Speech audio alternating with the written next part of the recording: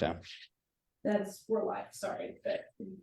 All right. Welcome, everyone, to the first episode of Behind the Ballot with the Respect Voters Coalition. I'm Benjamin Singer, co-founder and co-host, coming to you from St. Louis, Missouri. And I'm Katie Fahey, co-founder and co-host, coming to you from Grand Rapids, Michigan. And if you're like me and wondering why someone like Katie is in Grand Rapids, Michigan, that town is actually potentially the epicenter of democracy in America. In 2018, Katie led a coalition in passing a historic ballot initiative that ended gerrymandering in Michigan and became the gold standard for how to do that across the United States. And in 2018, Benjamin also worked on a redistricting and political reform ballot initiative that passed statewide in Missouri and later led two successful ballot initiatives transforming elections and government in St. Louis, Missouri. That's right. The ballot initiative is the people's tool and our best way to protect and strengthen democracy in America. And that's why we've co-founded the Respect Voters Coalition. We want to protect, strengthen, expand, and use the ballot initiative process to repair our country. In 2024, we're starting by trying to alert everybody, as many people as possible, that this is a fundamental voting right that is under attack. It's at risk of being stripped away and actually removed from people being able to use it in over 10 states. And this isn't alarmist. There have actually been over 70 bills already introduced threatening to take it away or weaken the process in some way. So we're asking all of you to please join us in signing our open letter that it says that you are for this fundamental voting right, the ballot initiative process. We will put that in the chat and also happy to make it available on our website at respectvoters.org. That's right. We're dropping it in the Facebook stream and also in the Zoom chat for those on Zoom. And that's at respectvoters.org. And today, I'm so excited. We're going to hear about one of the most exciting ballot initiatives in history, in my opinion, from the man who led the effort, Estevan Muñoz-Howard. Estevan led the Honest Elections Coalition and later the Piper Fund for reforming money in politics. Today, he's a senior director at Cataisis Capital. Estevan, correct me if I'm pronouncing that incorrectly. And he's also secretary of the board of the Funders Committee for Civic Participation. Welcome, Estevan. Thank you so much for having me. Really happy to be here. Looking forward to the conversation. Estevan, as you know, the theme of this show is Behind the Ballot. So help us get to know the person behind the ballot. Tell us about yourself, what brought you to this work, and basically, what's your war story? What have you been involved in? Sure. Well, first of all, I feel, I completely agree with the importance of the ballot initiative process. I think direct democracy is critically important, especially in times like these when democracy is under attack and our institutions are being undermined. We need to ensure that the people have an avenue for their voices to be heard. And I was not always aware of the importance of the ballot initiative process. But in my current role, I continue to try to be a champion for this sort of work. As senior director with Cataisis Capital, I work with clients, a variety of clients around the intersection of democracy and philanthropy. So in my role, I work with individuals and families, foundations, networks and collaboratives, providing a range of services, everything from donor advising to strategy development, research, cohort facilitation, all oriented around helping unlock national resources for social justice, organizing, and infrastructure on the ground. And so that's a big part of what we do at Cataisis.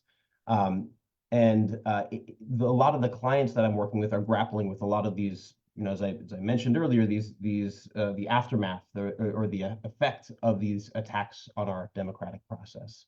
And so walking back a little bit of how I got into this work, it was in the early 2000s that I was fresh out of college and interested in just finding my path. And as I looked around at all of the issues that I cared about, I realized pretty quickly that everything I cared about was impacted or constrained by the influence of money in politics. All of the issues that I cared about, all the problems that I wanted to address were caused by, in some way, greed, by corporate sector extracting resources, by growing wealth inequality, by these constraints that were stifling public engagement and faith in our democracy. And all the solutions that were on the table were being blocked, were being prevented due to the investment of special interest, of wealthy donors, of corporations trying to avoid regulation, trying to prevent these solutions from moving forward. And so I realized pretty quickly that if I wanted to work on the issues I was passionate about, I would first need to address the root cause. And for me, I can distill it down to the accumulation of wealth being linked to the accumulation of political power. At its core, I think that is fundamentally what is causing nearly all of the problems that we're currently facing in our democracy.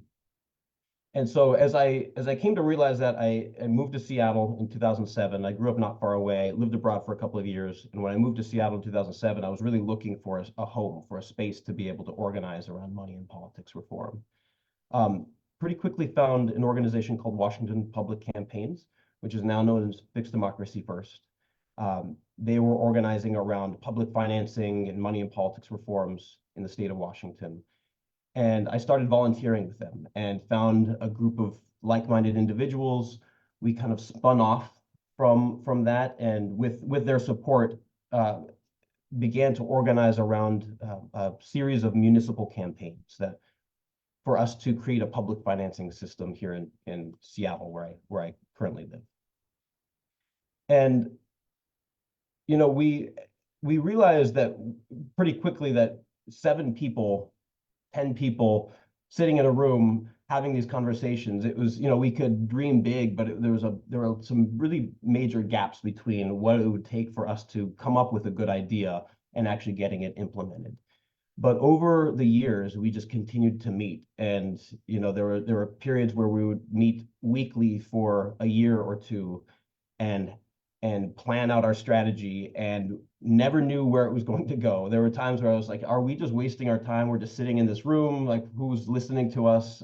You know, when are we going to actually see something come from these efforts? But eventually in 2013, there was a letter from the city council to the Seattle Ethics and Elections Commission, asking them for advice on a public financing system, to say, if we were to create one here, what would you recommend? And we realized there was an opportunity for us to influence the thinking, influence the proposal that would actually emerge from the SEEC. And so we called our friends, did some research, called some experts, and developed this proposal that we shared with the SEEC. We shared it with City Council. And in the end, it actually, we felt like this was a pretty promising campaign. The proposal that the SEEC sent to City Council actually matched very closely what we came up with. So we felt like that was a big win. But the challenge that we faced in that moment was that it was so late in the year that a lot of our natural allies were already committed to other campaigns. Money was already moving in other directions. It was really hard to get a lot of traction for this moment where we felt like the opportunity had emerged, but the momentum was really hard to build. And so we ran into a lot of challenges actually building a viable campaign. The program that we were proposing at the time was a small donor matching system. It was really modeled after New York City's program. We were looking at a 6-to-1 super match. So for every dollar that was committed, that was donated by a small donor, it could be matched 6-to-1 with public funds, making their voice magnified in the process. In the end, we had a really hard time building the coalition that we knew that we were going to need. The measure did go to the ballot, and everybody expected it to be blown out of the water. Polling was looking really slim. It was not a great look, and you know, we expected to lose. Unfortunately, we did not want to, but that's what we anticipated. In the end, we did lose, but we lost by 1,400 votes. We got over 49% at the ballot. And it was close enough where we were out there curing ballots. We were going door to door trying to get people to fix their signatures in hopes that could put us over the top. And it blew everybody's expectations out of the water.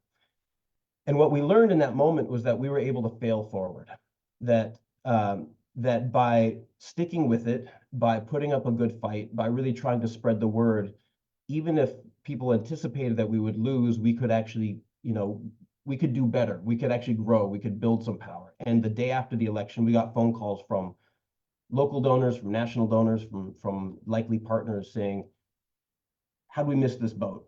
How can we actually build on this momentum that was created? And that opened the door for us to think even bigger. And so I tell that story because I think it's really critical that, we think of these losses at the ballot as final, as these really sort of defining moments. But for us, we learned that by pushing forward and just not giving up, we can continue to build progress even when we lose. And I think that's, for me, is one of the most critical lessons that we took away from that experience. So in the years after, we were able to build a much larger coalition. It turned out City Council was not interested in pursuing this again. They did not want to refer this measure back to the ballot for people to vote on again. But because we had built so much momentum and we secured resources from partners and brought a much larger coalition together, we did all the work that we were not thinking about doing back in 2013, that we finally built that coalition that we needed all along. We realized we could be even more aspirational. And so in that moment, we determined that, small donor matching systems are great. They do a lot of good, and it's the model program out there. It was, at the time, that was all that people were doing. That was really seen as sort of the best path forward. But a lot of us were familiar with this idea of a democracy voucher program, or now a lot of times we call them democracy dollar programs, which could set a floor for political voice in Seattle, where even if you didn't have $10 to give, as would be needed in a small donor program, in a matching system, you could still have a voice in our system. You could still actually decide who was going to be able to run a viable campaign. And so we were curious about this idea of a democracy voucher program in which all adult residents in the city could receive four $25 vouchers for a total of $100 that they could then contribute to qualified candidates of their choice. This is public money that is funded currently through a property tax levy, but it was a way for people to be able to have a stronger voice in the system, and also for candidates to run for office without having to rely on wealthy donors in order for that to be feasible. And we realized that this was a more equitable approach to the program because you didn't have to have $10 in the first place. You didn't have to have a gift that you could initially make. And so in 2015, we mounted the Honest Elections Seattle campaign. It was a ballot initiative process with a much larger coalition of partners. And we were successful. And not only did we create the world's first democracy voucher program, we also implemented some limits on lobbying. There were some limits on what types of contributions, who could actually contribute. So there's a ban on contributions from contractors with large government contracts. So there were increased fines and penalties for election law violations. We were able to pass this suite of reforms that were really capped by this democracy voucher program. And that was how we did it. But we never would have gotten to that point if we hadn't first failed in 2013. We never would have actually been able to think as broadly and as aspirationally as we did if we hadn't outperformed people's expectations a few years earlier. Just the spoiler is that the program has been highly popular. It's been very effective in Seattle. We've gone from having about 1% of the city's population contributing to municipal campaigns to now over 8%, which might not seem like that big of a number just from a percentage standpoint, but in practice, it is massive. It's the largest increase that we've seen from any individual policy anywhere in the country. We've gone from about 8,000 people participating to over 50,000 people participating in elections and actually deciding who is going to be able to run a viable campaign, contributing to these campaigns. And then I will just mention one other thing, that the finding that I'm most excited about is that we have found that among voters that have voted in fewer than half of the elections for which they're eligible, we've found that after using a voucher, so these are voters who are sort of seen as unlikely voters, after using a voucher, they're anywhere from 4 to 11 times more likely to vote in that election after using a voucher, because all of a sudden they're bought in. And they feel like their voice, their interest is being represented by their candidates. And there's even evidence to suggest that in future elections, even elections that don't use vouchers, that shift in behavior holds true. That now, because they're bought in, they're more likely to participate in the future. And in the future, not only are they no longer an unlikely voter and an unlikely donor, but because they gave their voucher, they're a likely donor. Because they voted, they're a likely voter.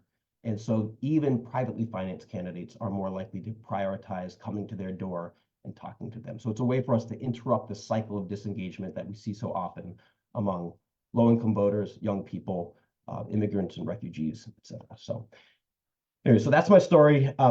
That's what got me into this work. And after the campaign in 2015, I went on to work with the Piper Fund, which is a national donor collaborative. They helped fund our campaign here in Seattle. And after that passed, I was able to have the opportunity to support other similar community-driven efforts around the country by helping move resources, needed funding to support those efforts. And so that got me into the work that I'm doing now, really working at the intersection of democracy and philanthropy. And that's my story. So thanks for asking. Thank you so much for sharing. I want to underscore for those out there, it's not just Esteban as someone who passed this and takes personal pride. You think 8% of people donating. If you don't think that sounds like a lot, keep in mind that generally fewer than 1% of people contribute to political candidates, to political campaigns at all. So to take it from less than 1 in 100 people contributing to close to 1 in 10 people contributing to candidates, I mean, that is a participatory democracy. And just like you said, that's people getting skin in the game. Yeah. Back in like 2008, when our presidential candidates rejected public financing and instead went for, the small donor fundraising, crowdfunding was a big thing starting around that time, 2004, 2008. People talked about how just giving $10 gives you that skin in the game. That's part of a public engagement and mobilization strategy. So it's really amazing that under your policy, these candidates have to agree not to take these big checks from lobbyists, PACs, government contractors, whatever. They have to basically choose, am I going to be accountable to a few private individuals, or am I going to be accountable to the public, to voters, to the people I'm actually supposed to be representing? And instead of $1, one vote, taking it to one person, one vote. So that's really amazing. And kudos to you, especially for being the first to implement a policy. I know as someone who helped pass approval voting in St. Louis, where it had only been done in one place, and it had been done in one place before. There's all sorts of what ifs and doubters out there. I don't think you even talked about that, other than people just thinking your campaign wasn't serious. But I just can't even imagine being able to be the first to do something like that, to transform this most difficult issue. Congratulations. Yeah, thank you. And I also want to reiterate that the difference for us of going from 7 or 8 volunteers in a living room to being able to launch this campaign was really that we were eventually able to build enough momentum that we could get those organizational partners, those institutional partners that could help bring additional capacity to the table. And so I'd be remiss if I didn't acknowledge groups like Sightline Institute, which did a lot of the research, Washington Community Action Network, which took on a lot of the field campaign, going door to door, making sure that voters were hearing about this. A lot of our national partners that helped fund the campaign. It was their buy-in, their engagement, and recognizing the opportunity that we had that made all of that possible. And yeah, to your point, the participation levels have dramatically changed in the city, and we continue to see growth and momentum building there. At this point, nearly every candidate uses it, and we have far more candidates than we've ever had, which then just turns out even more people to vote, because there are more people who are being engaged by the system. And so I think it's been a really exciting development, and hoping to see additional jurisdictions implement the policy in the future. That's fantastic. And I feel like also very reminiscent of at least my story in Michigan, and I think Benjamin's too, of kind of, okay, we're starting with a small group, like, and having to figure out, like, what is the ballot initiative process? Oh, we can write our own law. That's awesome. but Yeah. then needing to actually gain support and get those institutional partners, as well as the people who will be impacted by that policy. I am curious to know, do you think, I think in some ways you hinted at this by talking about the city council not, determining themselves to put it back on the ballot, but do you think the ballot initiative process, the ability for citizens to write policy language, gather signatures, and then put it up for the people to directly vote on, do you think that reforms like democracy dollars rely on that kind of process being available in order for it to be able to pass?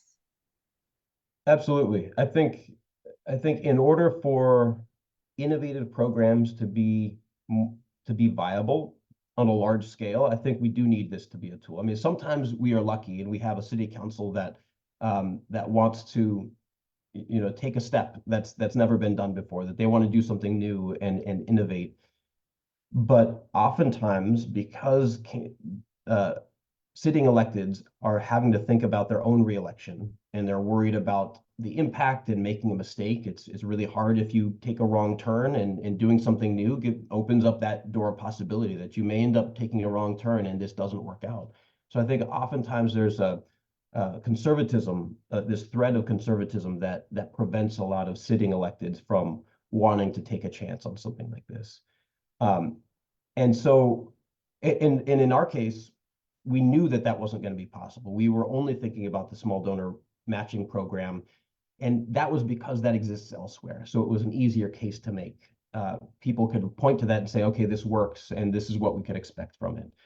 Democracy voucher program had never been done, and so it would have been a much harder sell. And I'm sure that would not have happened. We would not have been able to get that passed here in Seattle if we hadn't pursued it via ballot initiative. And I think especially, again, in this moment when our institutions are being undermined and the right to protest is being restricted and criminalized, our courts are being captured, and it's much harder to rely on litigation to keep things on track.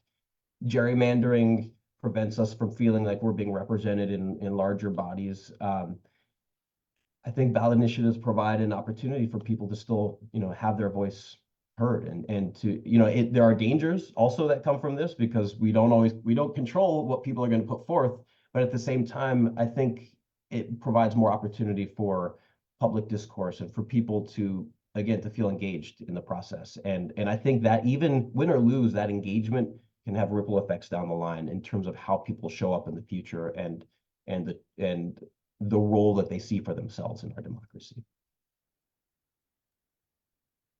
Speaking of participation, you mentioned that you feel like you couldn't have accomplished this transformative, innovative win of implementing democracy dollars without those partners, those local and national partners. So, why is this kind of structural reform important? How were you able to get local and national partners to prioritize this when there's so many things taking people's attention? Every year's an election year, right? Every year people say, oh, this is the most important presidential, congressional, whatever election coming up, and we forget about the broken structures underlying. So what is the key, for the other people watching this who are leading democracy reform efforts in their states or who are considering investing in democracy reform? What is the key to building that coalition, to getting that investment? What is the case, and what's the strategy that you take to build that coalition and that base of financial support? Yeah. I mean, my initial thought on this may not be all that helpful, but it's really that we rely so much on willing funders, on willing partners to actually pave the way, to allow the money to move in a way that creates the opportunity for us to be aspirational. So much is limited by what is fundable, and so when it comes to large national funders or state funders, the constraints that they put on their money dictate how change occurs, how it all trickles down, and the way that money can be used on the ground by partners. And so I think for us, we really benefited from the fact that there were a handful of national and local and state partners that that saw the opportunity. And there also, we did polling, and polling helps. Polling can cut both ways. Polling was part of the reason we didn't get any funding in 2013, because it polled really poorly, and then we outperformed the polls. So, polls are not destiny. But they can certainly be helpful if you can demonstrate that here is a path that actually addresses a problem differently from any other policy. So I think there's some opportunities there where polling can be influential to secure funding. But at the end of the day, what I'm looking for are funders who are committed to an idea and committed to a place and committed to a longer timeline outside of one singular campaign cycle, who are willing to take risks, because that's the only way we can do things that are worth doing. And when I say committed to place and committed to a longer time cycle, it's funders who want to stick around. Win or lose, you're going to fund that next effort. If you win, you're going to fund implementation and defense. If you lose, you're going to fund the next step in making sure communities are engaged and you don't lose the momentum that was built. I think that's the only way we can move away from policy reform for policy reform's sake, and actually focus on building power. You can build power and lose a ballot initiative. But there are also plenty of times where we have ballot measures that pass and don't do a single thing because they're not rooted in community. So I do think that it's critical that we have both of these components moving together, and funders who are willing to take that sort of chance. And so this brings me to one of the conversations that I feel like I have probably most often in my current role with Cataisis Capital, where I'm working with clients who are trying to navigate their own giving strategies, trying to understand how to have an impact in 2024, but also place 2024 along a larger arc of history, and recognize that the work doesn't stop on November 6th, regardless of what the outcome is. I think it's critical that we get more funders to think long-term, to expand their horizon, and not be so focused on the campaign cycle, because I do think that boom-bust cycle of investment hinders a lot of the work that we do. And part of the reason why we were able to be effective in 2015 and with the Democracy Voucher program is because we had explicit conversations with a lot of our national funders about the need for them to stick around and support implementation.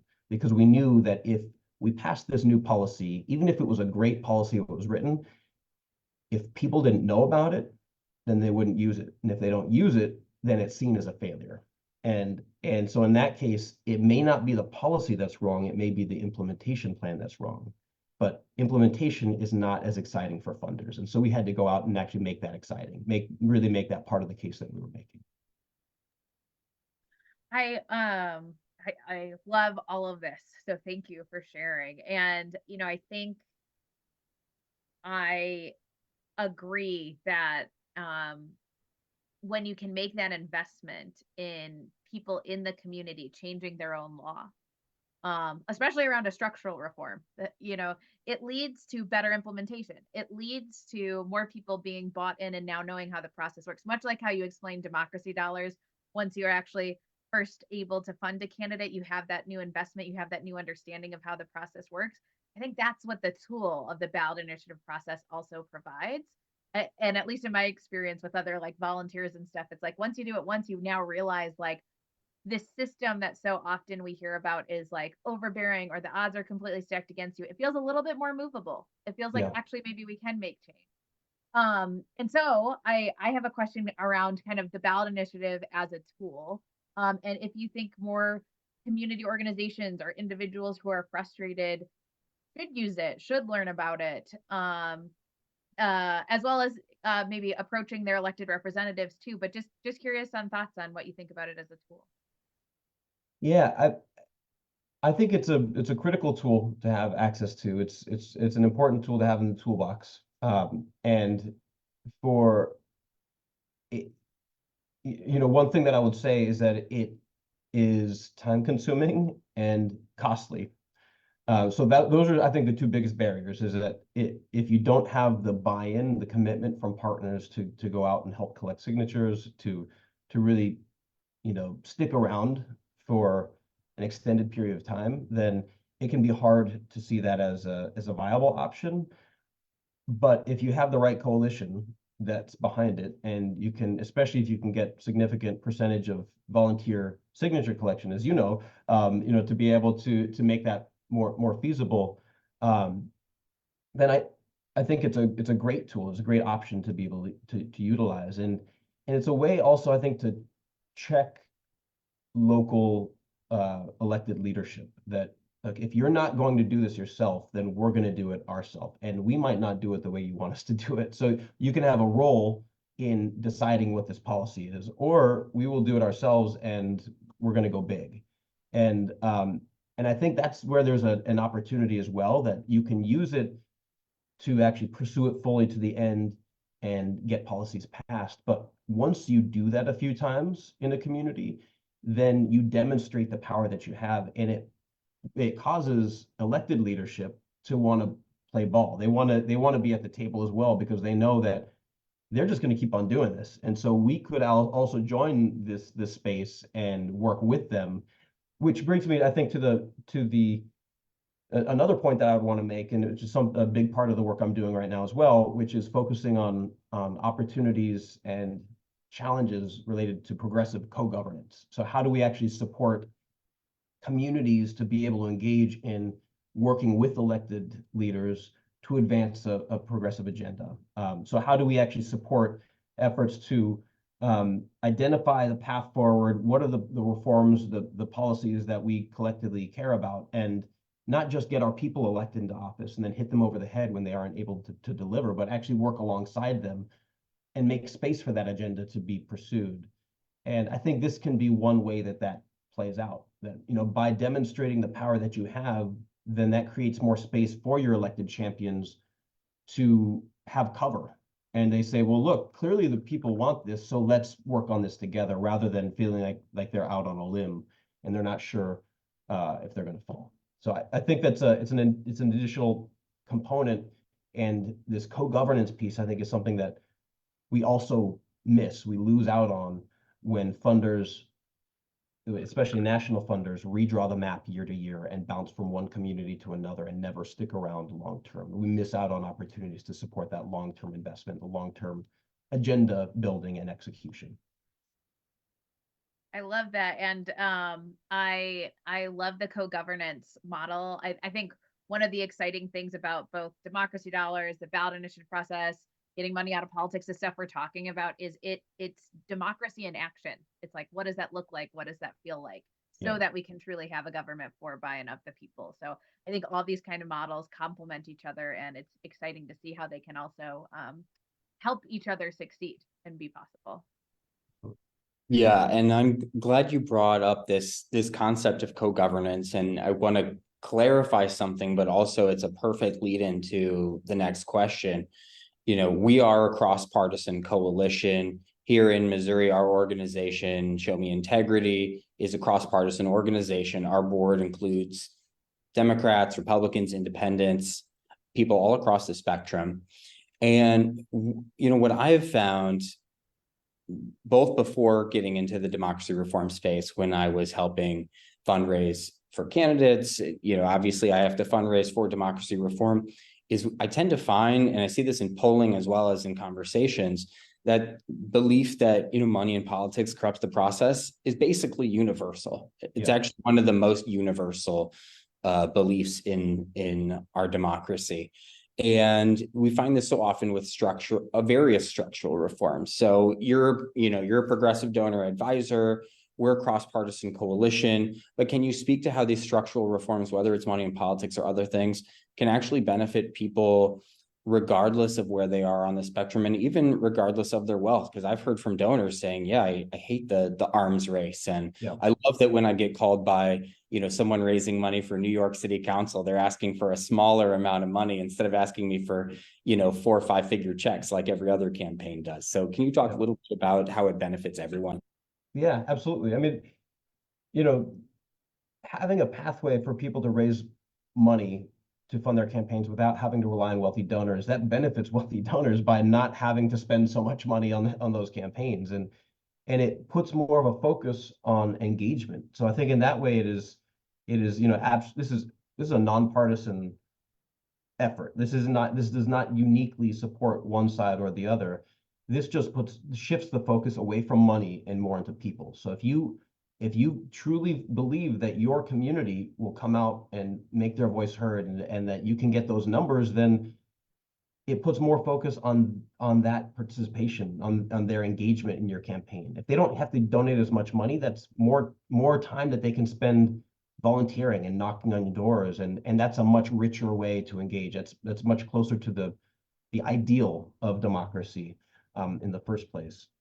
And with the democracy voucher program in Seattle, one of the turning points for us, one of the moments that we realized that this was the path that we wanted to take, was when we did some initial viability polling, and we realized that compared to the other public financing systems that exist, democracy vouchers hold higher than all of them, not just among progressives, but libertarians and conservatives as well. And it was because democracy vouchers, democracy dollars, are a market-based solution, that everybody has access to these dollars, and then you get to decide where, how you use yours. It's your voice that you get to that determines the direction and the placement of those dollars. And so it spoke more to, I think, cross-partisan values, that this isn't somebody in a back room that's writing checks and it's this opaque process and you don't know exactly where it comes from. Like, you get this in the mail or you get this digitally, and then you get to assign them to the person that you care about. And if you're worried about how that money is going to be spent, use your vouchers, and that's the best way for you to decide where that money goes. And so it polled higher among all levels, all constituencies.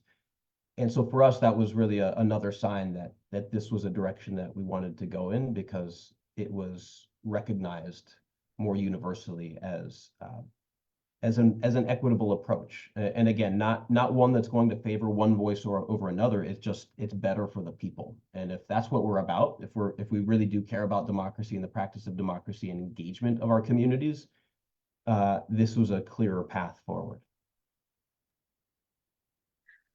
Makes a lot of sense. And I think is such a great example for other places. I also kind of hear all the time that people are really concerned about money in politics, but feel like there's nothing you can do about it. And this is an awesome way to show actually there is something you can do about it. And a city like Seattle is huge. I mean, it's impacting a lot of people. So I think when you start to think about it that way, yeah, maybe it's not a federal action, but if enough of us in our own communities start looking at these changes, it can totally have a bottom up impact.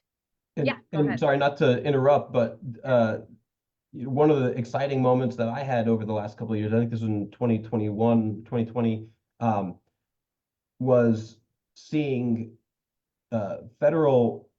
seeing members of Congress talking about the democracy voucher program and inserting this into legislation that was introduced at the federal level. That all of a sudden there was potentially, if it passed, it did not pass unfortunately, but if HR 1 had passed, there would have been federal funding for a series of pilots in, I think, 3 states to create democracy voucher programs modeled after Seattle. And so if we hadn't done this here, that never would have made it into the political discourse at the national level.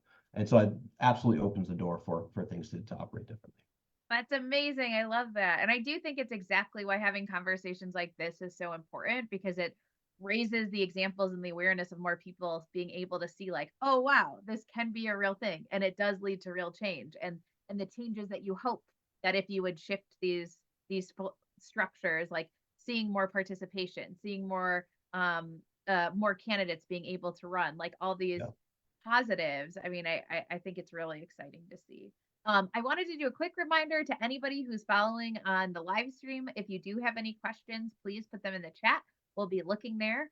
And then I wanted to switch gears just a smidge. So you are in the funding space, which not all of us get the chance to be in. So you kind of get to look at the landscape. You get to help decide who'll get funded, but you also get to talk to other funders who are thinking about these big questions. And just wondering if you have any insights on what the kind of current trends are, or the conversations that are happening as we're thinking about how to invest in these structural democracy. Yeah, I will say that right now, I have mostly been concerned about trends in national funding spaces. I think, right now there have been there has been this period of retrenchment in philanthropy for social justice organizing efforts, for work that is, potentially seen as too political, for a lot of 501c3 funders, larger foundations that are putting additional restrictions on how their money moves because they're concerned about litigation. There have been some direct threats and actual processes that have been opened, some letters written by members of Congress to investigate various national funders to get a better sense of how the money's moving. And it's all oriented around stifling the movement of progressive funding. And it's concerning because it is having an effect. It is certainly causing some funders to pull back, to restrict their money, to operate in ways that I think are not beneficial to the communities that they serve and to their grantees. It's making it harder for groups to raise the sort of money that's needed to be aspirational in this moment, especially when we have the election. 2024, again, the most important election of our lifetime, in the midst of unprecedented attacks that just continue, attacks on our democracy, on our democratic process. And when every election is the most important election of our lifetime, we're just on this treadmill of urgency that causes a lot of individuals to just get fatigued. And I think the more that we have that, the more that we see that play out, the more likely it is that individual donors will start to sit on the sidelines. And if we also have national institutional funders that are pulling back, then it does make it a little harder to be aspirational about how we approach the problems that we know we need to address, and to be creative about how we do this. I think the good news is that the work is not going to stop. And, regardless of how much money is moving and how it moves, people on the ground are still going to face these problems and still need to fight for solutions. And so I think in some ways that will also cause the field to respond and be more creative about how we fund things. And maybe there will be more focus on volunteers and also state funders that may feel a little bit less burdened by the threat of litigation or a congressional investigation. And so that can create opportunities for others to fill in some of these gaps, which then makes it easier for some of those national funders to come back. And also, I think engagement at the state and local level makes it easier for some of those individual donors who are feeling fatigued by the constant storylines at the national level, the presidential race and gridlock in Congress and everything, to feel re-inspired and motivated by work that feels a little closer to home, that they can actually see and engage with individually. So I continue to be hopeful that we will see those trends shift. But certainly the last couple of years, I think, have been a little concerning, given the retrenchment that we've seen nationally. Thank you for sharing that. Always good to have a reality check, because if we don't acknowledge the reality, we can't work to change the dynamic and ask people to do something different, or ask ourselves to do something different. We're going to wrap up the live stream shortly.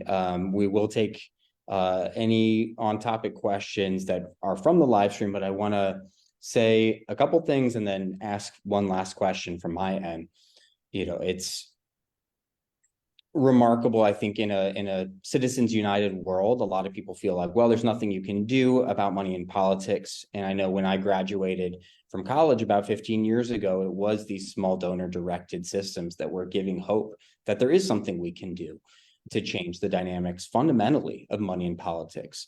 This problem that most people think is as you said earlier, that you feel is the most fundamental problem. We have to be innovative if we want to change the status quo. And you just talked earlier about how many funders, they tend not to fund advocacy, let alone structural reform. Some of them are being intimidated into that, and they're just funding 501c3 efforts. Just let's increase voter turnout or do registration, these marginal changes, which are worthwhile, but are not fundamentally changing the underlying incentives and the broken political structures that are excluding so many Americans and making so many Americans feel disempowered in the political process. So I think two things. One, I want those watching to stay tuned for a future episode. If you heard Esteban allude to this when he was talking to Katie, Katie led this campaign in Michigan we talked about earlier for redistricting reform, and it was a 100% volunteer signature effort, 400,000 volunteer gathered signatures, which is just unheard of. Anyone who's run a ballot initiative, that sounds impossible. If it hadn't been done, you would say that's impossible, just like anything when it hasn't been done yet. So we'll talk about that in a future episode, how she was able to do that. We're also in this moment, a big part of our mission, especially in 2024, is protecting the ballot initiative process, stopping politicians from making it basically impossible to use. So Esteban, can you give a call to action for the people out there who maybe don't know a lot about the ballot initiative process, maybe are learning about what it can really accomplish now and are still wrapping their heads around that, but what do we need to do to protect the process, and what is being done, and what more do you think needs to be done? I think anytime you're talking about the rules of the game, it can feel harder. It tends to be something that's a little less sexy than other issues that are on the table. Like, people usually are like, oh, that sounds really wonky, or that doesn't feel as directly impactful for my life. It's not going to help me put food on the table. It's not going to help me, pay for my health care. It's not going to help me get paid. And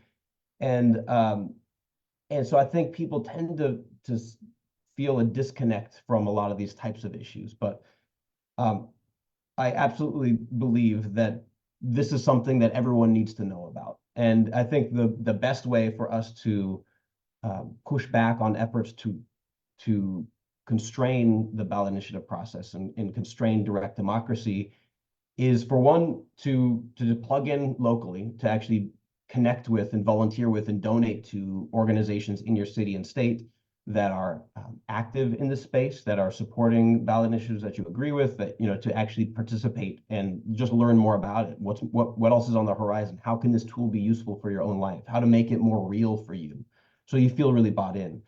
The other thing is to learn about some of the infrastructure that exists out there. There are organizations like the Ballot Initiative Strategy Center that operate nationally and support ballot initiatives and ballot measures across the country, and support capacity building. They do trainings. They have a national conference every year. And so it's a space to plug in and learn more about what's happening. But I think ultimately all of this really becomes even more meaningful if you are also using this information, the relationships that you have with local organizations, and the training that you're getting, and the education you're getting from these national institutions, to then inform your contact, your outreach to elected officials, in particular at the state level, because where we're seeing attacks on the ballot measure process tends to be at the state level, in state legislatures, where there are legislatures trying to, it's a power grab. It's an effort for them to hold on to the levers of power and be the sole arbiters of what policies should be passed, and taking that power from the hands of their own constituents, who, with the ballot initiative process, are able to circumvent the role that they play. So I think it's making sure that we see this as a priority enough, where we are contacting our state legislators, our elected leadership, and making it known to them that we support the ballot initiative process and we want to protect that. Because it's once we lose it, it's a whole lot harder to get back. And the scale of change and everything that is possible becomes a lot more restricted. So this is the moment. So step in, learn more about it, and get vocal. Totally agree. Yeah, also totally agree. I have one more question, and then I think we're going to wrap it up. So just want to say thank you to everybody who has joined the live stream. We appreciate it, and we are really looking forward to continuing this series. If there's other issues you want to hear about, or particular people you want to hear from, please let us know. But there's some people who are watching who have already gotten behind the ballot. There's some people who helped fund it, but there's also a group of people who I think care about these issues but aren't sure what it would feel like to actually get involved and get behind the ballot. So if you had kind of your first piece of advice or your top piece of advice, I know we've already asked you a lot of those questions, but what would it be for somebody who is watching all the problems on TV? They feel like they should get off the couch, but they're wanting to take that first step. I would say that I think a common perception of what it means to be civically engaged, or to go door to door to talk to people, to get a signature, or to knock on a door and ask somebody what issues they care about, it can feel intimidating because it's a new relationship. You don't know what sort of conversation you're going to have. It's not as comfortable as sitting back and sitting on a couch or going on a hike or doing whatever else you'd want to do with your day. But especially in these times where we can feel really powerless, where we see these attacks on democracy playing out, where we feel like our voices aren't really being heard by our elected leadership, where it feels like the future is just sort of spiraling out of control. This can be one way to feel powerful. And I truly believe that if you just take that step and learn more about it, plug in with an organization, and actually just spend a day, start with one day, volunteer, go door to door, collect signatures at the farmer's market or at the grocery store or wherever that's happening. The conversations you have can feel really empowering, and it feels like you're doing something, especially when you see your behavior, your engagement adding on top of thousands of other people who are doing the same thing. And then you see those signatures coming in and you realize we just got this thing on the ballot ourselves, and this never would have happened if we didn't all get off the couch and actually go up and show up just on that one day and then do it again and do it again. And so I think it can be a way for us to pull back some of that power that we feel like we haven't had, and shift that dynamic, and all this, and that carries over, that ripples over into other parts of our lives. We're telling our friends and our family about it. Suddenly they're getting more engaged, and it can shift communities in ways that are really profound and fundamental. So I just encourage you to take that step and try it out and see how it feels, because once you start, it can be hard to stop. I love that. Thank you. I love the advice of like, even just one day, just give it one day, one afternoon, see how it feels. I think that's great advice. Yeah, thank you so much, Esteban, for that advice. That journey of 1,000 miles begins with that single signature. For almost anyone who's ever gone and gathered signatures for a ballot measure, it takes some courage to work up and talk to that first person that day, and then you realize how powerful what you're doing is. So give it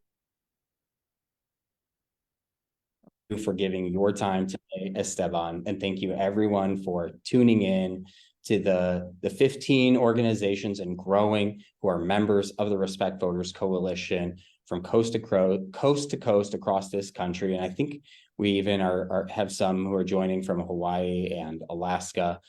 So thank you everyone for doing what you're doing to protect and strengthen and build a better democracy. We'll see you next time on Behind the Ballot.